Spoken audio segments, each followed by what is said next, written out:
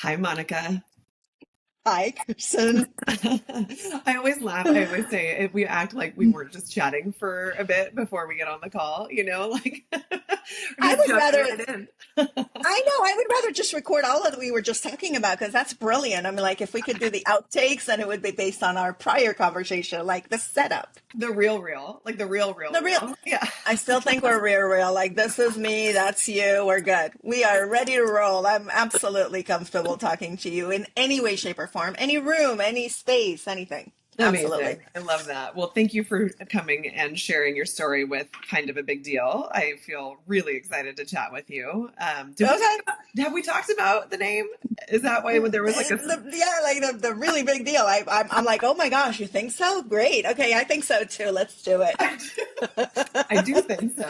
And I, it's actually probably helpful because as I'm kind of getting this going, so people have a foundational awareness of why I'm calling it that. So we as women in leadership, from what I have seen anecdotally over the years, tend to kind of brush off our impact and tend to kind of do the tongue in cheek, like, oh, I'm kind of a big deal. Like, if anything, if we ever say anything, it's usually with but pushing it off or brushing off the compliment or not really owning our wins or our accomplishments. And so it's kind of my tongue in cheek nod to that, but also with the recognition that it is a big deal. Like our journeys are a big deal and the impact that we're having is a big deal. So hence the name and hence why you're I here. love it. I love it. And I'm going to just use this as my ringtone so that my daughter understands that every single time it rings, I'm a big deal. Yeah. She doesn't believe it. She's 13 and she's like, yeah, whatever, mom. But hey, I blow her mind all the time. It's like, and then she's like, oh, I can't get that image out of my mind. Good. Remember it. It is funny that we start this way because I just got back from the PBWC conference. So it's the Professional Business Women of California conference. It took place at the not the compound, the campus. I work in language. I should know better. At the campus at Microsoft. And we were just talking about that. I mean, the imposter syndrome is still real. And it is, I need to be 85% ready, 93% ready. And, a man comes along and he's like, yeah, 1, 2, 30%. And I'm like, I'm ready to go. Let's do it. Give me the job. We've seen it. We just saw it happen. It's been Yeah. happening for a couple of months now. And you're like, no, this is time for us to step in and be the really, and own, not be, own the really big deal that we are. I love that. Yes, absolutely. So I usually start off with like a little tiny intro of the person that I'm having a chat with. And it's funny because Okay. we don't know each other quite as well as some of the other folks that I've had. 2 minutes. But it feels like I've known you Mm-hmm. forever. And I think Mm-hmm. that is part of just how your energy is and how you show up in the world. So we met as I was casually walking by her at a co-working space and she's like, "Oh, I like your outfit." And I'm like, "Oh, I like your outfit." And our love match was made. And that quick. Forever, forever. And as I've gotten to know just in our brief encounters, you are a savvy businesswoman. You are a lover of all things woo and energy, similar to me, which always leads to really fun and deep conversations. And I'm just really excited to get to know more about your business, what you've built, a little bit more about maybe why you started your company. But let's start with the present day. Who is Monica? What do you do? And what is Oh, this who is beautiful thing you've built that you share with the world? okay? Who is Monica? That's another Yeah, podcast for another day. that's like your life story is But another one. it's a big one. So let's see. Monica is a mother. So I'm gonna go with the personal first. Owner of 2 cats that she doesn't want. So anybody wanting to adopt 2 cats. Monica is an immigrant. I naturalized as a citizen in 2014. And Monica is a speaker of languages. English is my fifth language. So I was born in Argentina, lived in Brazil, lived in Israel, lived in the United States, back to Argentina. It's like this whole big story of internationalization, which kind of leads me to who I am as a business owner and how I started. I kind of stumbled into my line of work. Mm. I was studying filmmaking in Argentina. met met two women randomly at a workshop that we were doing together. One of them calls me one day and says, "Hey, you speak English really well. Come and help me." I'm like, okay. We were in Argentina at the time. And I show up at her house and she has, this is how old I am. She has a VHS connected on her TV, and she's listening to this gentleman speak in English, and she has to do the subtitles for Spanish. So for anybody that doesn't know, like, there's a person, although now it's a lot of AI doing the subtitles for film, and workshops and webinars and whatnot. And so I am dictating to her as she's sitting with headphones, and or I'm using the headphones, sorry, and I'm dictating to her, and she is not typing fast enough. So I'm like, Cody, just get up, like, move. Get out And my I way. put on, get out of my way. So I have the headphones and I'm typing away on her computer directly from English into Spanish. My words are coming out on the screen in Spanish. And she's like, "How are you doing that?" I'm like, "I don't know, but it's happening and it's faster than you. So we're going to do it this way." And that kind of led me into the world of subtitling. This is like 1997, Wow. Argentina. I got to work on exceptional movies like Magnolia and 007, The World Is Not Enough. And my very, very favorite is Motorcycle Diaries that I got to Oh, translate. yes.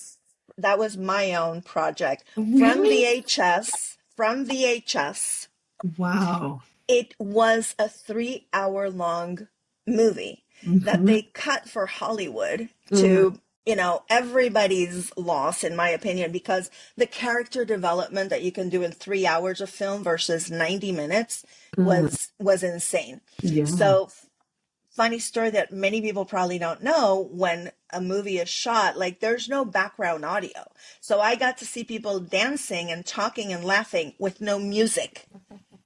And it was the most eerie thing Yeah, because I you was gonna hear the say clop, creepy. clop, clop, clop. It was creepy. It was creepy.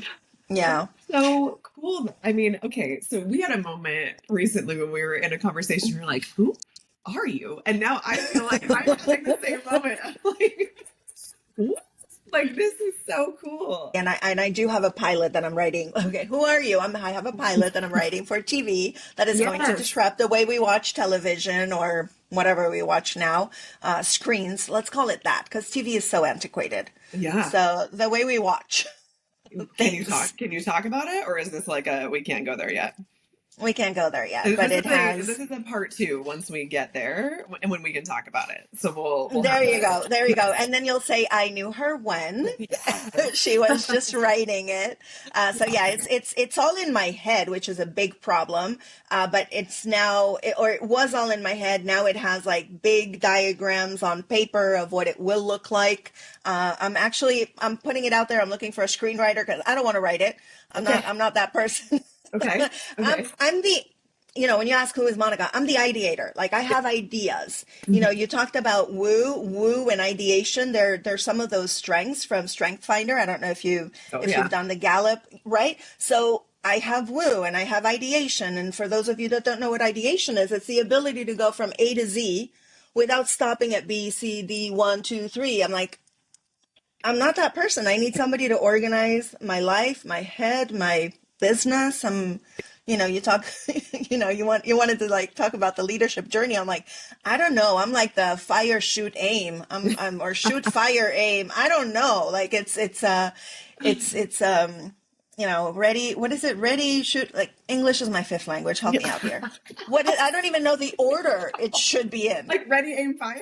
Like that? That one. Shoot and fire, same thing, right? Oh my God. That's amazing though. I mean, I definitely feel like there's got to be somebody awesome that would want to jump into this project with you. So we'll absolutely put that out there. It's so funny though, too, though, that you mentioned StrengthsFinder because I've been talking about it a lot lately as people are asking me kind of how I landed where I'm at. And honestly, it Mm-hmm. was one of the key inflection points for me was taking that and recognizing that I originally, when I was building my business, had kind of, maybe I was out of touch or forgotten or not connected enough to myself. But when I took that and I saw my top 10 strengths, like three quarters lived in the relationship building bucket. And I was building a business completely away. Wait, Doing the surprise emoji. You don't think about these things so literally when you're thinking about yourself and Hmm. where you might be best of service, right? You're like, I'm just building this thing. And so, anyways, it totally changed the way I was thinking about where I wanted to go and how I wanted to build intentionally. So, for anybody, I know there's so many different versions of these things out there, whether it's Myers-Briggs or Enneagram or whatever, and everyone has a reason for loving what they love. But StrengthsFinder Hmm. for me was really eye opening because I feel like it goes like a few layers deeper into really how you operate. Well, I mean, I don't know how many combinations you could have in Myers-Briggs, but what I know is that StrengthsFinder has 34 strengths. Right. And what I Right. love about it is that none of them are weaknesses, right? They're called strengths for a Totally. reason. It's not a SWOT analysis of your life. It's what are your strengths? And what I loved about it was that for those of you that don't know, and here we go, StrengthsFinder, Gallup Institute. If you'd like to be a sponsor of this podcast, I'm sure that you can reach Miss Belden and through her website. What I loved about it and what it helped me see is that, and I'm gonna go a little bit into what I feel is the culture also of the United States and others. We strive to be the best. Like Sure. that's the culture. Not we strive. We have to strive to be the best. We have to be the best. That's inculcated from, all like children Mhm. and everybody wins an award, but come on, like we know who You better really be number deserved one. it, Yeah. right? But you Yeah. better be number one. So what I really love about it is that it goes really deep into who you are and who you can be, because those are natural strengths that you are born with. Like some would say God-given gifts, some would say, your natural propensity to be that person. Mhm. And StrengthsFinder also helps you hone in on how to make that into your true power, Yeah. because you might have that gift but you don't know how to develop it. So Totally. there's the book that shows you step by step why you're not being, in the case of ideation, I'll give you an example of how it came about. I can see A to Z, and usually I was the one in the room that blurted out the answer and nobody got it. Yeah. Right? Nobody could follow. Nobody was there yet. And Mhm. then 45 minutes later, and I'm going to say it, a white man came up with the idea and he was brilliant. Mm. Right? And I'm Latina, I'm Jewish, I am kind of like white, but I'm a woman of color in the United States, which is a whole other segment that we can do, because Yeah. I was never Latina until I moved here. Mm. See, Mm. I opened up another can of worms. But basically, I blurted out the answer, right? The Yeah. solution that I could see forming in my brain. And it took people 45 minutes to get there, and somebody else led them better. Mm. So through StrengthsFinder, I was able to see that this ideation was great, but I had to, number one, check in with someone and see what the holes were in my theory. Mm. And number two, have somebody introduce me and validate me before I gave my idea. Mm. Oh, And interesting. once I learned, and the this was the ombudsman for Sacramento, and we were in that pyramid building, and it was I think it was like the GSA conference, and people were like talking about, small businesses and all of this, and the ombudsman comes in and says, Monica has a great idea. So Oh, when the leader of the pack says, let's yeah. listen to Monica, everybody listened. Oh, interesting. Yeah. And honestly, can we curse on your podcast? Please. It Yes. sucks. Sucks. Is that that's a curse word? Oh, girl. I mean, I have a 13-year-old. I try to show her, that sucks is already good enough. I have a story about that one. But that's so demeaning, and but you have to learn to play the game as well until you Mhm. are, I think old enough, mature enough, wise enough, and that can be at 24 as well. It's not Right. necessarily age related, where you stand up and you say, no, no, I need you to listen because this is a solution, and you're like not paying attention. Yeah. Oh my You're gosh. I totally mean, missing the mark. that's so hard to do, I think, in so many ways. I think so many of us, too, as women, maybe don't even realize. I've had these experiences where I almost don't even know that I was the one that said it first. Does that make sense? Like, where I'm like, wait, I think I feel like that's what I was saying, but did I say that? Or But did that's I? also, I have to say, that's also part of the gaslighting. I know, but like it's one of those things that you start to And we gaslight ourselves. I know it's awful. It's awful, isn't it? Like I do feel like there is something it is not age related necessarily, but I do think as you have more and more experiences and you start to kind of accumulate and stack these different you learn things through so much of these different kind of moments and then you start to see the patterns and you can't necessarily see that when you're quite a bit younger. It takes a bit of time to walk through some of that to see it. But I Mm-hmm. think if I could share anything with my own daughter, it would be know yourself well enough to know, that you really are standing on a foundation that's strong and Mm-hmm. you don't have to wait for everyone else to voice into that for you. I want to bring you back. Also, we have shared our neurospiciness with each other. And so for both of us to be trying to track anything that's happening right now is I have my notebook and it's not helping. But no, let's go. I think you want to bring me back to who is Monica well, and what I do. what I loved is how you were sharing a bit of the let's go back to the late 90s and kind of how you landed on where you're at now, but you have Mm-hmm. built your business. And when did you start your own business? Well, my first business, I started at the age of 19 in Argentina. Okay. And it was a business where we taught English as a second language to folks in Argentina that needed to learn. I had some of my clients that were Fortune 500 clients, but my company name, you're gonna laugh, was very, very classy, and I still have one of those cards. It was executive languages. Oh, yeah. At that point, I ended up having about five people five trainers that worked for me. At So at 19. age 19, yeah, it was Wow. fun. Wow. And one of the best jobs that I had was working with the Favaloro Foundation.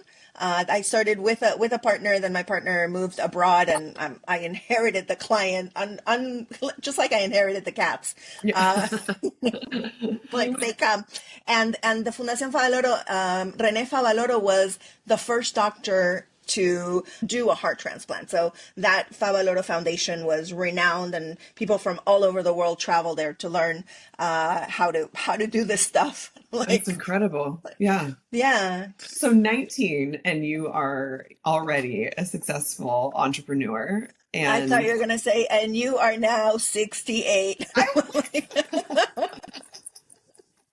I Yeah, I think I am. Okay, no, I am a really big deal and a successful entrepreneur. I have teams in Portugal, in Argentina, in Mexico that do what does Monica do? I have a translation, localization, transcreation, and interpreting company. So that's a mouthful to say that we basically move pieces from one language into another. And Mhm. those pieces can be visual, they can be oral. So we do interpreting for conferences, 500, 5,000, 7 languages, 20 languages, however many people. And the fun part is that you can have your phone and you just basically grab a QR code, put in your headphones, and you are connected to 100 languages. That's incredible. So that's our business. My favorite part of it is the creative part, Mm. the transcreation, where you have to disassemble an idea, a concept, a campaign, and reassemble it in another language so it hits the cultural Culturally, marks. yes. And I love the connecting. I love connecting people. I've always done that. Like, I Yeah. think you should meet this person, right? That's also ideation. I see that Yes. relationship that can happen. Yeah. Sometimes I have to hit them over the head and say, no, no, you really have to talk to this person. Well, Let me tell you why. you're also incredible at seeing when someone could actually use support or when somebody could actually use a service, like your ability to very quickly say, oh, hey, X person does this. You should support over here. Or, hey, my company actually does this thing. Like, do you have this thing? And I think Hmm. as business owners, it can be hard to know how to voice into that at times where you're like, oh, should I say I do this thing? And like to be around you and watch you do this with such confidence is so cool. It's like really amazing. It's kind of like Aw, thank you. it's I true. love the word It's true. magic. And I have been called a witch more often. A good And witch, I or care maybe to. a little sassy witch, or maybe a little. Mostly good. No, mostly good. One of my friends will be like, bruja. Like she'll text me because I texted her and her response is bruja because she Mhm. was just thinking about me. But yeah, I at this conference I got to meet the author Alison Frigal is a PhD in she wrote a book called Likeable Badass. Oh, And oh it my is God. Sorry. tell me, no, please. I bought that book literally probably 6 months ago because somebody else mentioned what an incredible book this is. And it is Allison, a sitting, shout out for you. I know I'm writing it down so we can link out to her book, but I have Hmm. it on in my, the term sundoku, it's a Japanese term for your pile of books that you haven't read yet. Like it just continues to get bigger and bigger. And it was sitting on my little shelf in my room, and my 9-year-old, she's like, "Oh, mommy, likable badass. I bet you really like that one." Oh, absolutely. She should be a guest on your podcast. Like, I'll make that connection happen. Oh my Why gosh. not? I mean, hello. Yeah, we talked Amazing. about her, so Yeah. let's make it happen. Well, I look at the author. And I, I mentioned to her, well, I looked up, the title of the book in Spanish, and I have some feedback, and I said it. Why? Number one, it's what I do. And like Right. you said, I mean, I'm good at finding those connections, and I'm not shy anymore. And that's Mm. one of the keys anymore about saying, I am that person that can support you. Because I don't like how how the title is translated into Spanish. Yeah. And she has no control over that. I mean, we have to understand how the book industry works, Totally. which, the publisher gets to choose and blah, blah, blah, blah, blah.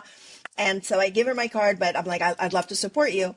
And she walks off stage, and I was still there with my friend, and we're still hanging out. And she comes off stage, and she's like, oh, you actually do this, because she saw my card and it Mm. has a little tagline of who we are and what we do, which, by the way, I'm going to, because we are all leaders and because everybody needs to know this, it's not enough to have a card and to have your information and your photo and your name. You need to say what you do. Mm. So On your card. I Mm. just created these with a little tagline that actually says what we do. Because if you look at the name Localization, you're like, What is that? okay, great. What is that? And I Yeah. can explain it because it's a great name. But what is that? So when she walks off stage and says, oh, you actually do this. I'm like, yeah, I do that. And this is why I'm sharing that it can be better. Yeah. And why do I want that? Why do I want that? Because I want her to succeed. So Yes. the name that was chosen was a name that would very much potentially hit the mark in Mexico Mm. or among the Mexican population within the United States. And my thoughts were that it is bigger than that. Mm. So unless you want to have, you want to tour Mexico and just focus on that demographic, then you kind of have to expand the title to showcase a Spanish that is more international rather than so Yes. locale based. Yes. I love that. I want to come back to something you said because I think this is so interesting. You kind of touched on you're not shy anymore. What does that mean to you? And has that journey kind of been part of your story as you've been a business owner? Like, what has that looked like for you? So I can tell you that now it looks like I can walk on a stage, kick off my shoes, and do a keynote practically without practicing. I read the energy. I kind of read what people need Mhm. from, and that's what I give them. Like Yeah. what do they need in that moment in time? However, for the longest time, I could not speak in public. You put a microphone, you put a microphone in front of me, and I froze, stuttered, had hyperventilated, and I did something about it. Now, why did I do something about it and how and what was that kick in the butt that I needed? I was at a conference. It was Latina Style, a conference over a decade ago. And I got to ask a question because here's a tip. The best way for people to know that you're in a room is to ask a question Mm. and to show that you know what you're talking about. So then people will come up to you to find out more. If you are truly interested in knowing the answer to. It's like, don't Yeah. just come up with a question just, Right. for the outcome. And and my voice cracked and I was nervous and I could not put an idea together.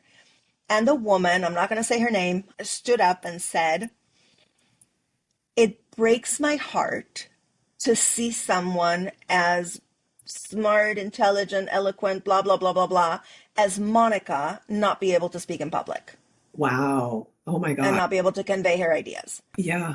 At the time, it was swallow me earth. That was like the meanest and rudest thing you could do to me. Yeah. And it was the best thing you could do for me. Wow. And I was like, oh, yeah, I'm going to show you. So I Mm. signed up for Toastmasters You did. Okay. the next week, that Yes. following week. And I did my research and I landed at the Toastmasters that was held at the Capitol in Okay. Sacramento Mhm. in a conference hearing, like in a Senate hearing room. So if you can speak there, You can you speak can speak anywhere. Yeah. anywhere. The fact that it took me almost a year to get through the first 10 speeches says a lot to how far I was Mm. and how much I really needed to work on this. So a shout out to the lady that called me out. As embarrassing as that was and as angry as I was at the time, it really did change the trajectory of what I'm doing now. And the fact that I can speak here. I think this is a really important point for some folks that might be watching or listening because I think I struggle with that personally. I used to literally hide. My husband would make fun of me. I worked, my very first big girl job was at McKinsey and Company, and I was the receptionist, and I had to announce somebody that was giving a speech or something in front of a group of people. And my husband called me and I was hiding in the bathroom because I was Oh, terrified. And all I had to do was get up and say the name, for God's sakes. Like, this was not like I even had to give up and give a speech. It was, I can talk one on one with literally anybody, but if you all of a sudden shine the spotlight on me and I'm on a stage of any kind, or I see people looking at me and I can feel that so deeply, and I do wonder how much this is about just being a highly sensitive person too. Like, you take mhm. on so much of other people's energy, and it is just awful. And so I know there's so many more women out there that have a similar fear, and so to know that there's a tool you actually use that we could say, hey, this is something to look into. So one tip I'm gonna put out there. Have you seen how people just at the microphone just try to be louder and louder and louder so people will Yes. hear you? Yes. The secret is to go lower and lower and lower until you're silent Mm-hmm. and you're standing there. Yes. And people are like, why is she standing there? And I'm like, because I'm waiting for you to shut up. I have That's why I'm actually standing there. I have witnessed this as an audience member. There's a brilliant coach, Gina Martin, got to shout her out. She was part of the program that I was in last year. And she did that. And she literally was like, just waiting. And you have to really be comfortable with yourself to stand up Ooh. there and just like allow for silence, because that's Mm-hmm. everyone's biggest fear, is the silence, right? Like, people don't want to be standing in silence typically, especially if you're the one that's up on stage. So I think to just have that and be able to claim that is a really brilliant hack for anybody. Do you know how hard it was to discover that being Jewish and Latina? And to implement, I'm like, and then, and the other secret that I will share with those that are not comfortable standing in silence until you are, is just basically say, if you can hear this, start clapping. Oh, I love that. That's And great. then there are 10 people in the room that could hear, and they'll start clapping, and people want to know why they're clapping. Like, what did I miss? Right? And Yeah. so the FOMO is real. Yes. And then people will stop to, pay attention to the next one. Do you see any really specific, like when you think back to who you were as a very young entrepreneur at 19 and to the way you lead today, do you feel like you could point to any really significant kind of ways that you've developed and ways that you are proud of? I mean, of course, you're proud of who you were then. I mean, that's an incredible feat. And I think we'd all do better to be kinder to the younger version of ourselves. But for who Monica is as a leader today, what are some kind of interesting evolutions that you've seen? I think the first one I'm going I mean, the first thing I'm going to say is, you didn't ask this, but to my younger self, I do need to give her some advice if I get to live this life over again. Don't spend the money. Don't spend what? Oh, the money that you're making?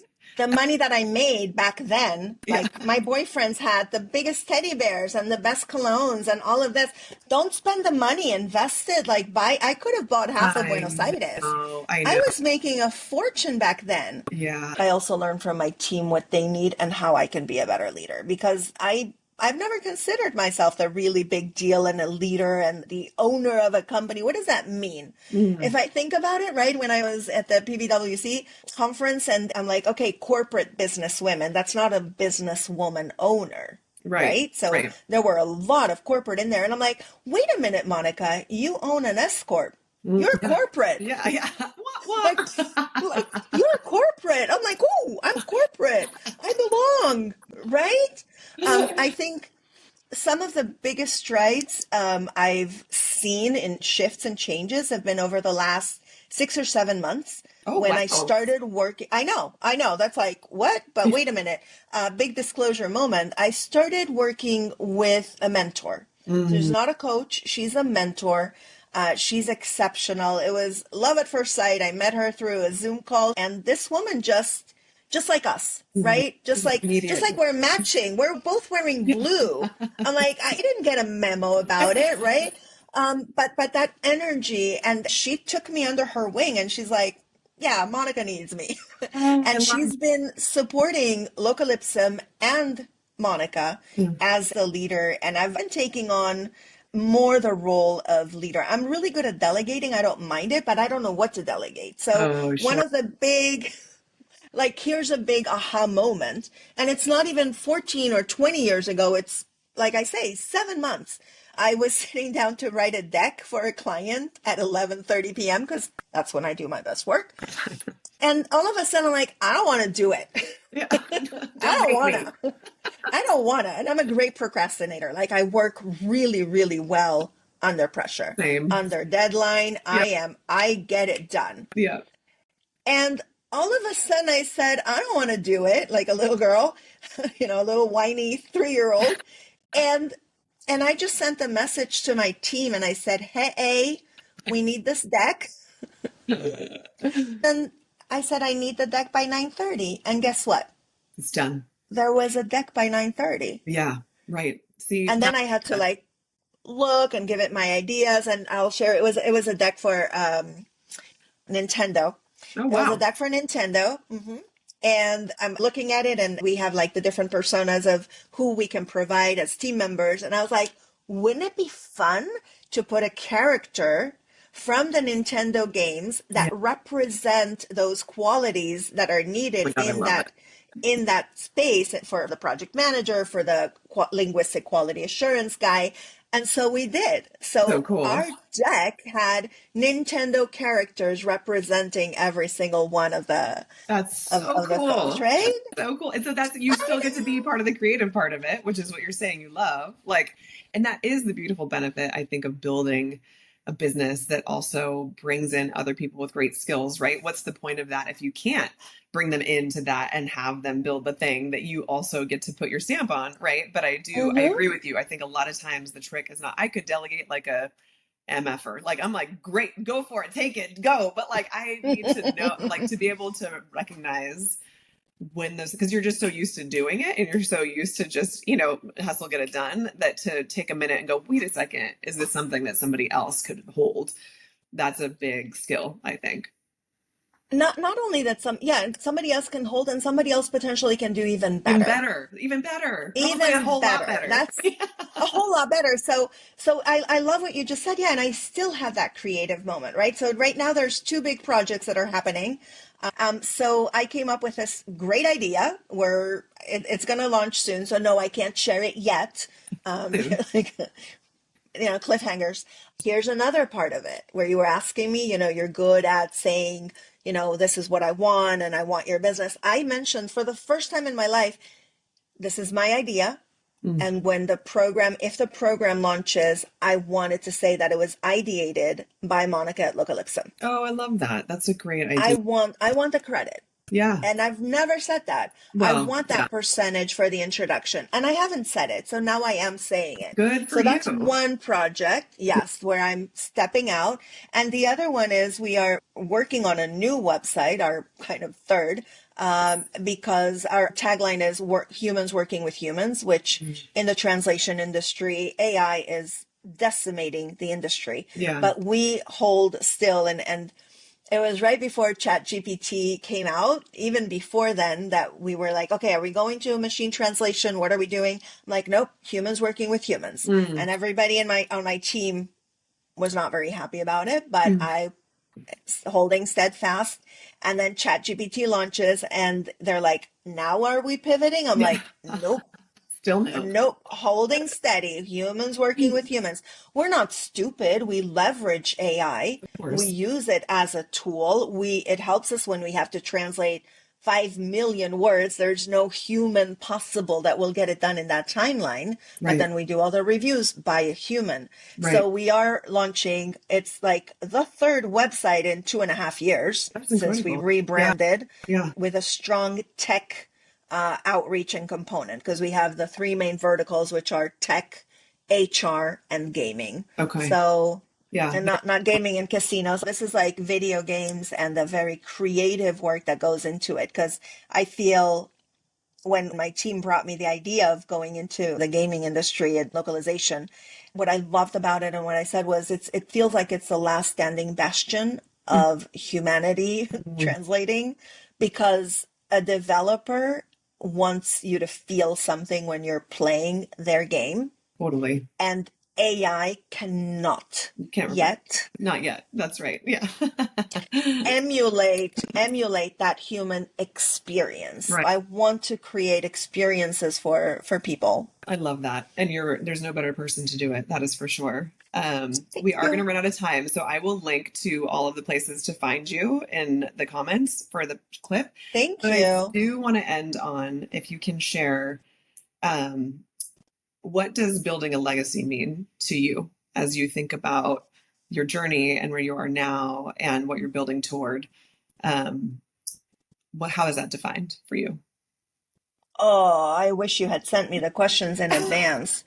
You know what? This is a big That's one. a big one. This is a big one. I feel like we can also do a part 2 because we still have so much to dig into. Like I could talk to you forever. And I also think it's okay to say, I don't have that answer at the tip of my tongue because But wait, I had all my questions for you too. Like I haven't gotten around. You're such a great podcast host. Like I have not even felt, what is it, an hour, 45, like 35 minutes? How much went by?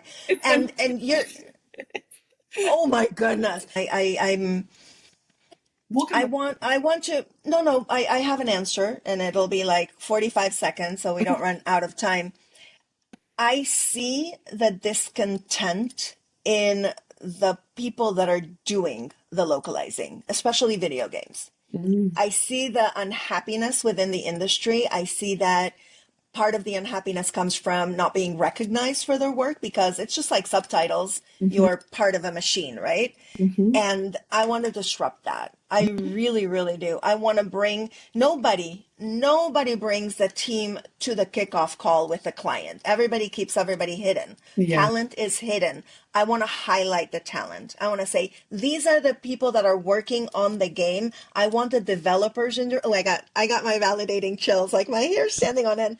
I want the people in the room. I want them to hear from the developers what they were dreaming of when they created the game, because then that will make it for a better experience for the localizer to do his or her job. Yes. And then for the experience of the player to enjoy that game. There's no other way about it. I want them to have profit. I want them to get profit sharing for a game where we do a killer job. I want them to get a part of it. I want them to get credit. I want them to be a part of the team where we record sessions and talk about the issues within localization, like the stress, the mental commitment, and unfortunately the I have to say it, like the bastardizing of the industry, where Mm, lowest rate gets the job. And you can't do that. I mean, you shop at different places, right? hmm Depending on where you're shopping, you get that experience hmm and you get that quality. Yeah. And if you're okay with something that will fall apart after 6 washes, that's on you. But Sure. I'd rather invest more in something that will be a legacy and Yeah. long standing in your closet. Yes. Oh my, I love that parallel. It's so good. I just appreciate you so much and I love your energy and I love that you just put that out in the universe because it will happen now because that is Absolutely. always Absolutely. Kristen, this was, as I said, such a delight, and it went by so quick. And now we have at least three different sponsors for you. that's right. Again, putting out in the universe. We're just gonna throw it out there. Why not? Tag them. I mean, absolutely. Tag the Gallup Institute. At least. Appreciate you so much and I will see you soon. Thank you. It Okay. was an absolute delight. Bye. Bye.